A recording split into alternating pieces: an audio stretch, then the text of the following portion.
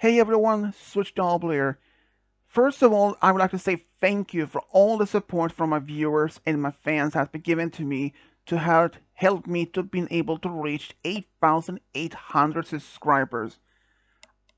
I am really happy and proud of being able to reach this goal.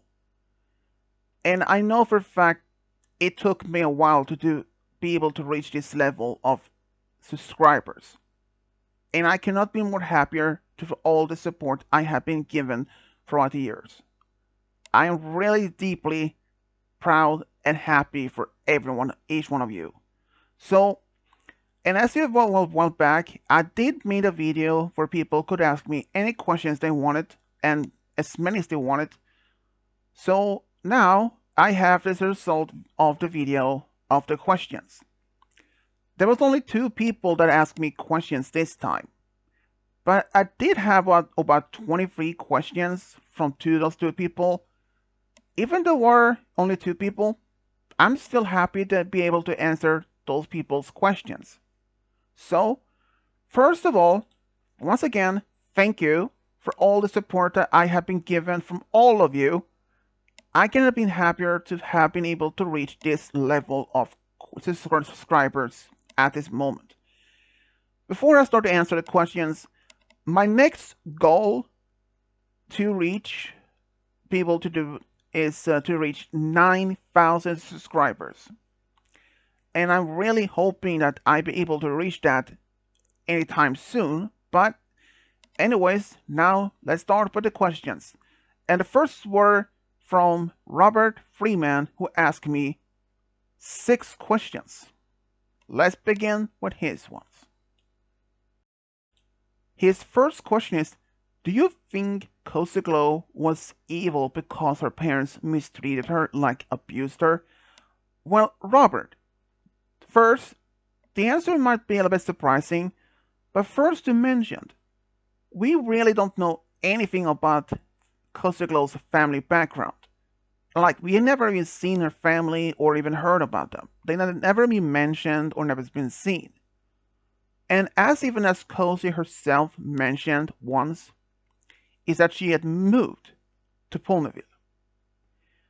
And it's another about that. It might be some, well, how to say, some speculations that she may actually be an orphan, or that she even was perhaps a foster child or someone, or she may even have been a runaway.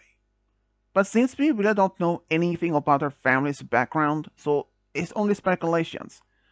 But her being evil due to being mistreated by her parents, like abused, well, the thing is, that would depend on what kind of abuse.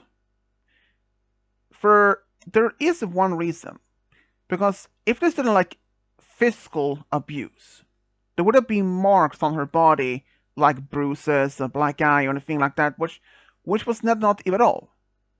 But it's another reason that if she would have been abused, well, she may have been verbally abused. Like, her parents might have been so psychologically breaking her psychic down, like verbal abuse, and that might have been given her the belief of being evil. So, is it possible that her parents could have been mistreated her as a verbal abuse that made her turn evil? Well, I mean, I think it's really possible that might have been the case, but without knowing a fraction of her family background, yeah, but I have to say it's a possibility that she could turn out evil, that she turned out evil because of her parents mistreat her, verbally abusing her. So, I think I mean, it's a really possibility in that. So, but yeah. For his second question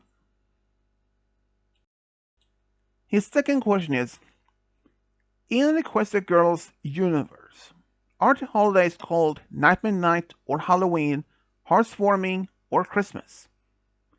That's a really good question though. But I really don't know for sure exactly.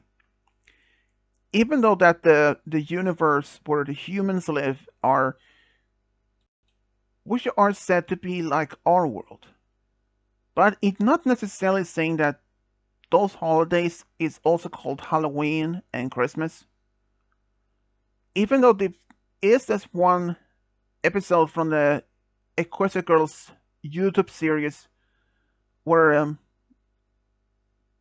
Sunset and her friends are celebrating something where they're taking a photo with all them together in costumes, which is a reference to the Christmas season. But there is even one comic about the Equestria Girls where they celebrate some winter holiday. I haven't really read that particular comic myself. I only seen pictures from that one. I mean, based on that, they even have a Christmas tree, Christmas gifts on the tree, and having a dinner and all that. So I have to suspect it might even be something like that. But since they never actually said the word Christmas or Halloween in the actual show or anything like that, so I don't know about the answer now, be honest. But it's possible they may have something that sounds similar to Halloween or Christmas. And for his third question, do you think Diamond Tiara would have a pet great white shark, piranha, Komodo dragon, bearded dragon, alligator, or timber wolf? Okay, first, Robert, good choices for animals there, like exotic pets. Well, considering a list, great white shark is a big shark, and in order to have one in a pool, the pool would have to be quite big because they had to be moving constantly without because if they don't move, they would drown. And piranhas, well, it's something in a pet you can actually have in an aquarium, but in order to feed meat. So but yeah, but a Komodo dragon, which is the largest lizard in the world, quite literally. So I think great white shark may be out of question. I mean, even her parents might have to spend so much money in order to build a pool or maybe some form of aquarium so that they can have one. But honestly, though, I doubt that her parents would even allow to have a great white shark as a pet because it's not like one that you can actually swim with, considering that they are dangerous. Piranhas, it's the same thing. I mean, there's not like you can swim around with because they will literally eat you alive. So, yeah, I think great white shark and piranhas are other questions for her parents, even if she asked one. Komodo dragons. Komodo dragons. Well, they say that they're the biggest lizard in the world, and they can run fast. But there is also that the one thing most people probably don't know is that they have this um their saliva. It's have this toxic, so or poison or venom. So I don't believe a Komodo dragon would even either be a good fit since they eat other animals. And when I what about the great white shark? Komodo dragons require really much heat to survive because they live on the Komodo Island, which is a tropical place. They need warm climate in order to survive. So if the winter comes around, they won't even survive at all. Bearded dragon. A bearded dragon, which is also a lizard, but a smaller one, like many other lizards, it still requires some warm temperature. But since they can be in a small aquarium, and since they eat only like fruit, so I think bearded dragon might actually even be more suitable as a pet, even though they have some sort of looks like spikes on their head. So, but yeah, alligators. Oh, that's a tough one. Since alligators, especially like the American alligators, grows like they grows really big in size. So, yeah, they might be a little bit difficult to literally have an alligator as a pet. Though, first, we don't really know for a fact if they're like in Equestria, if they need a special permit for even to have a um, exotic pet like a Komodo dragon or alligator. But I have to say, alligators might be some very exotic pets. But since her parents might even think like an alligator might be way too difficult to even for a filly to handle. I mean, they can run a bit fast, but they eat a lot of meat. And if the alligator would somehow seeing her in a small when she's still young, it may think, oh, that's an easy meal. So I think an alligator is also out of the question. Timberwolf. Wow. Yeah, that's a definite out of question for since we know that the Timberwolves live in epiphyte forest, but also is a very dangerous. And first, we don't know for a fact if they're like how they are like with around others.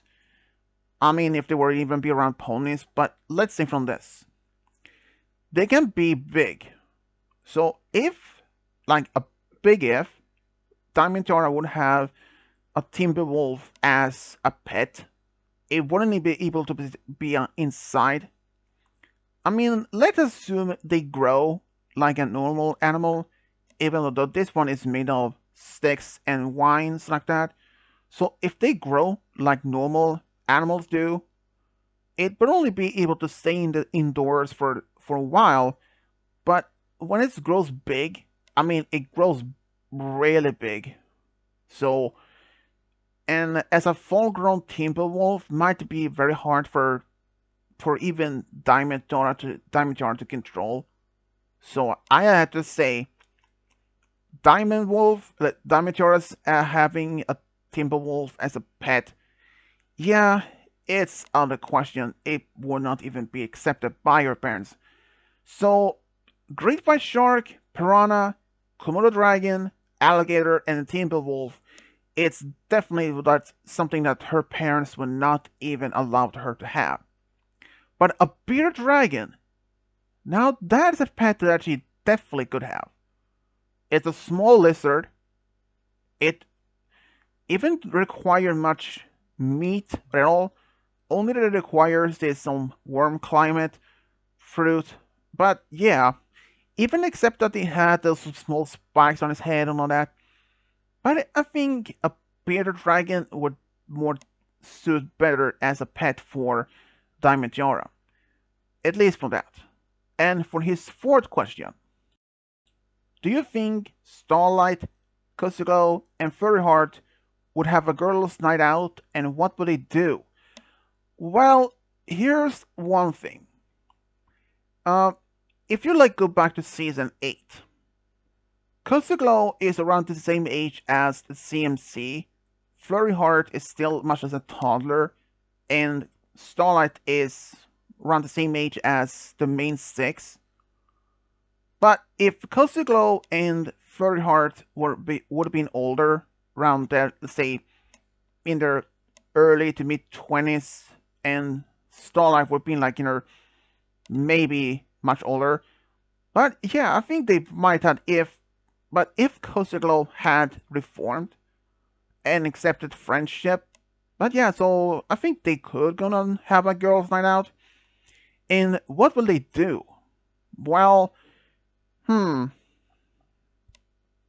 Well, that's a tough one. Well, I mean, considering that's well, the first of all depend where they will be. I mean, first, first is to consider locations. One, for example, Ponyville is a small country town, So we don't know for a fact if the town has any big night opportunities to like uh, dance clubs, nightclubs, or even bars. So assuming that Ponyville doesn't even have any of those establishments like a dance club like that that's open at nights and something like that. So, but if they had to consider of two places like Canterlot and Manhattan, since both are big cities, but there's also one thing that mainly question is what they had in mind, what they wanted to do.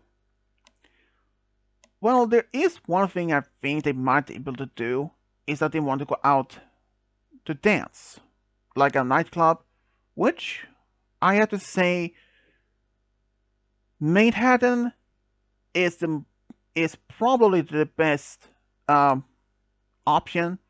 I mean, it's been seen they had a lot of theaters and other establishments, so I think Manhattan would have been a perfect spot for them to having their girls' night out, go out dancing, and afterwards go to a small place, maybe a small restaurant to eat a dinner together.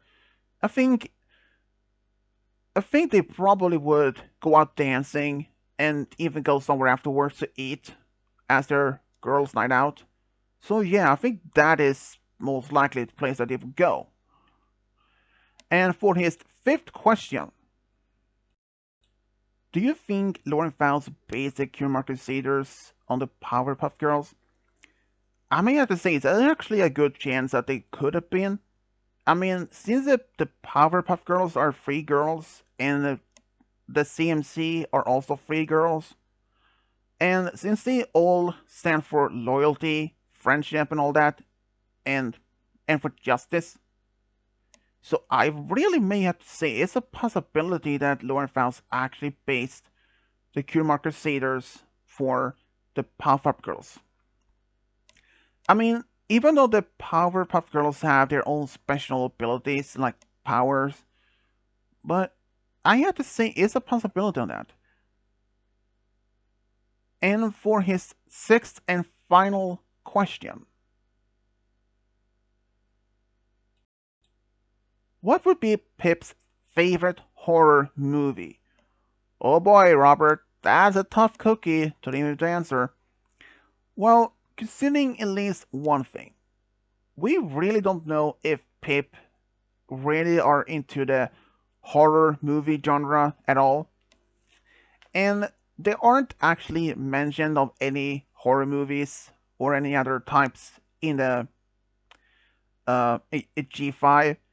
Though there are in fact only three movies that were in fact reference to our world likes movies. One that was a reference to Jaws, one was reference to Harry Potter, and the third was to Terminator 2. But if it has to be a horror movie, well, that's a bit tricky. So, what would be Pip's favorite horror movie? Well, it's a little bit hard to say exactly, but if there would have been movies based on like with Freddy Krueger, Jason Voorhees, or Michael Myers, or even Ghostface. But if I had to say, I have to say that the one with Ghostface in Scream would have been her favorite horror movie. And, well, Robert, thank you for your questions. I really appreciated them. And they were actually really good.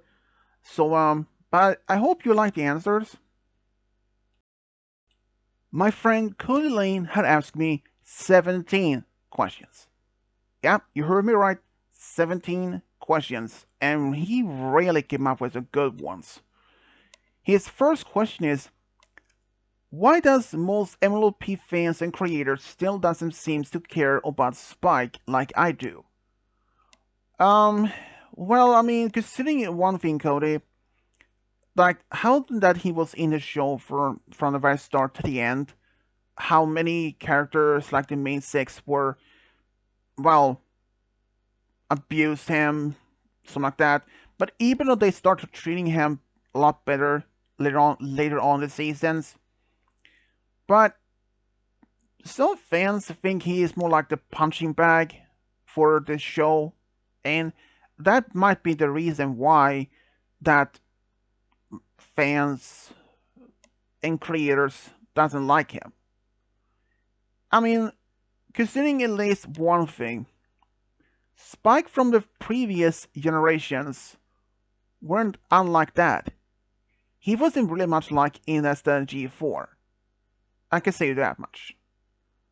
My personal thing about Spike being abused like that by some other characters and not even being liked by MLP fans or other creators, it's a very hard to say, but it's a very a little bit disappointing and all that. But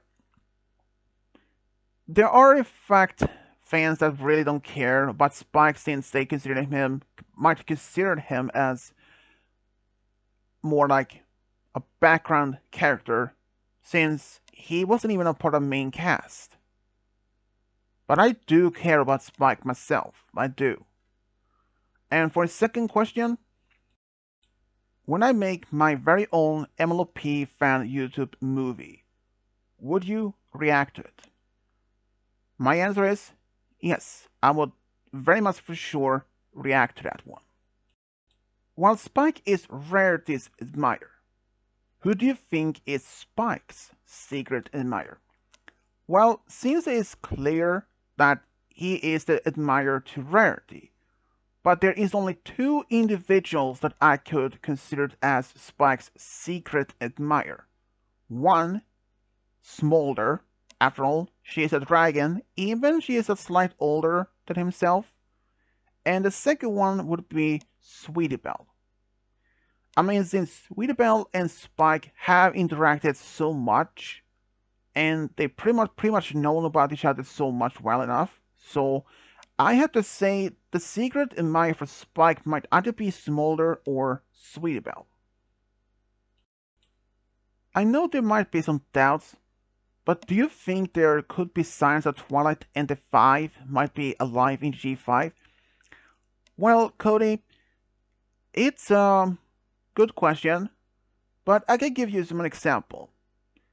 Uh, we know for a fact that Opaline, who was born Alicorn and was in fact immortal, so Opaline and like Celestia Luna and of course Flurryheart, since they were also born as Alicorn, but even though Celestia Luna were born in Skyros, like with Opaline, so they are clearly immortal.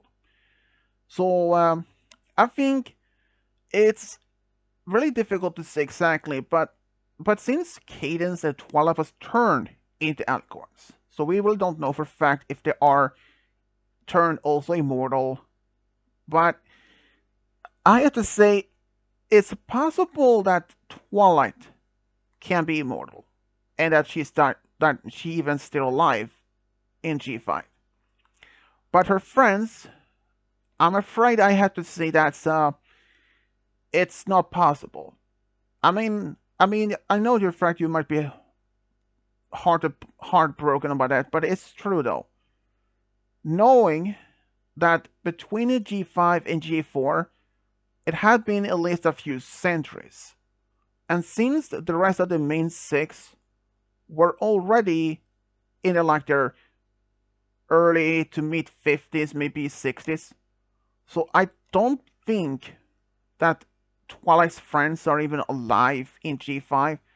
So I'm afraid they are long gone. So the chances for Twilight being alive in G5, it's still a possibility. So I think she might be alive, but her friends, I'm afraid not. His fifth question is, what bothers and angers you the most in MLP history? For him, it was embarrassment, ignorance, neglect, and underappreciation, hating, and especially for abuse and hate towards Spike and even Hitch. Well, for me, was the that angers me the most and also bothers me is that when Hasbro announced back in 2019 when they decided to end G4, just before the year they wanted to celebrate their 10 years anniversary. That was one of the few things about that. But the other that bothers me a lot more is that how Hasbro decided to just end G5 like that. I mean, I understand if they decide to end Make Your Mark, but continue with Tell Your Tale series as a continuation, which I was okay with. But it was one thing about it when a couple of months ago they decided to make 4 special episodes for Tell Your Tale. The first one was delayed just a little bit, about a couple of days or something like that. But the second was also supposed to be released in August, but never happened. But then, not all, and quite recently, when Hasbro decided to end all things, which meant they scrapped 25 episodes the remaining of the season 2, including the 3 remaining special episodes. That was what bothers me the most, because it will give us a lot of unanswered questions about the rest of it. So, yeah, that was the things that bothers me the most about G5 at most. His sixth question is, if I were to be chosen to qualify for either a Pokemon or Beyblade World Championship or both, would you root for me and even see what I would done to on YouTube for it? Yes, I would definitely be doing that for you. After all, you're one of my good friends, so I would definitely do that. Definite.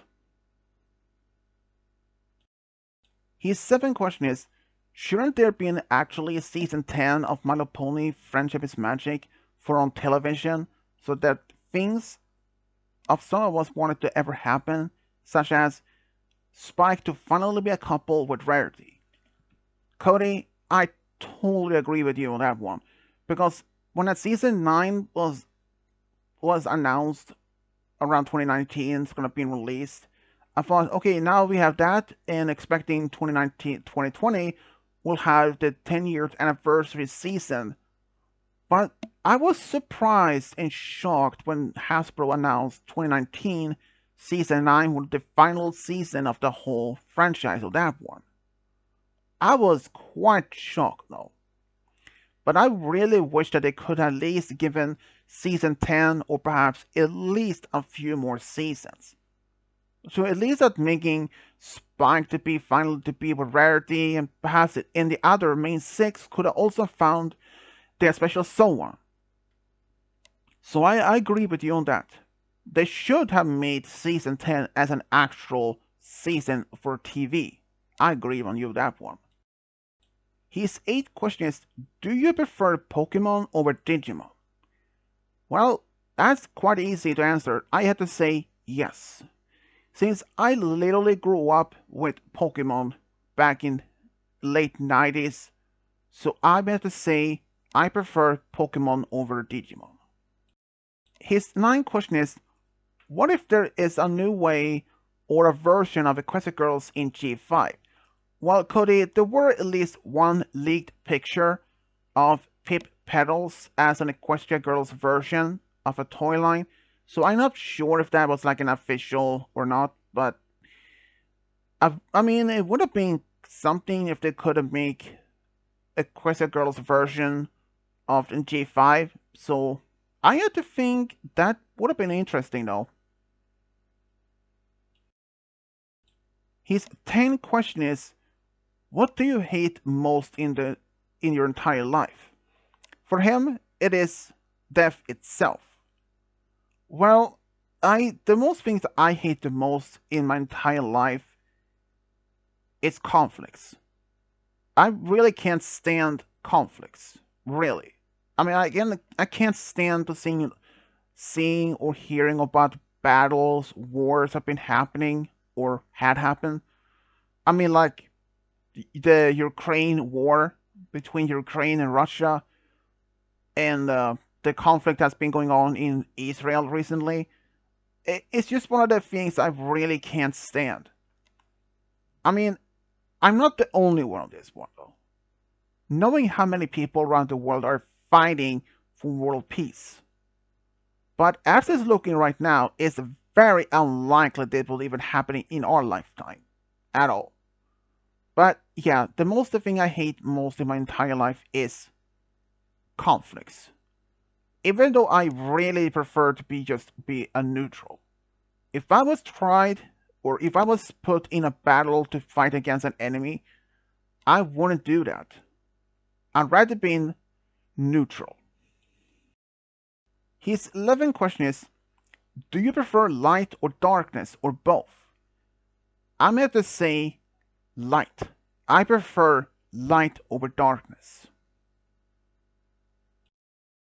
His 12th question is, why must everybody treat or think of Spike like an obsolete? In other words, useless. I totally agreed on that, Cody. Why does people have to think that he's useless? But he had done a lot of good things too. Especially when he and his friends were pulled into that magical comic book. With his knowledge of the character's powers, since the main six didn't have any idea what they would do with them. So that was one thing that he really did to help. And another one when he did brought the Crystal Heart to Cadance when Sombra had returned back to the Crystal Empire. And a third, well, when Thorax,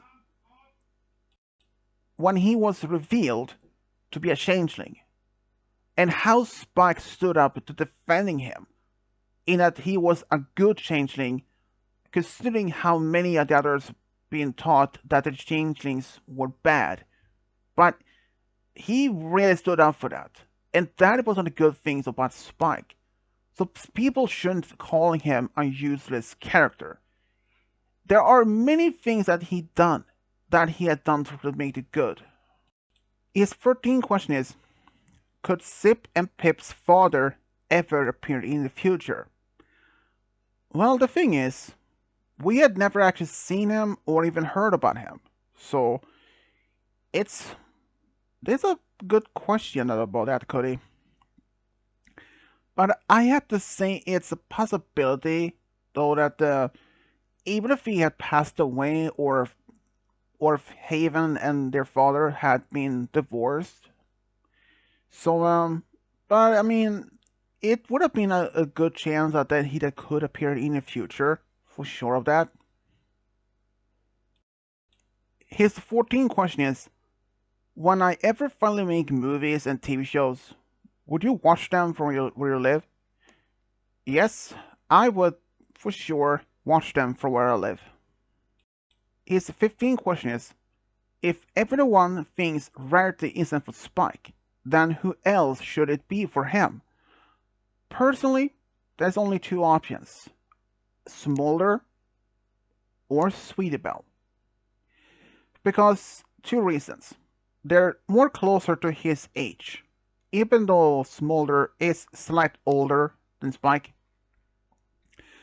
But I think Sweetie Belle or Smolder would have been a perfect option for Spike by then.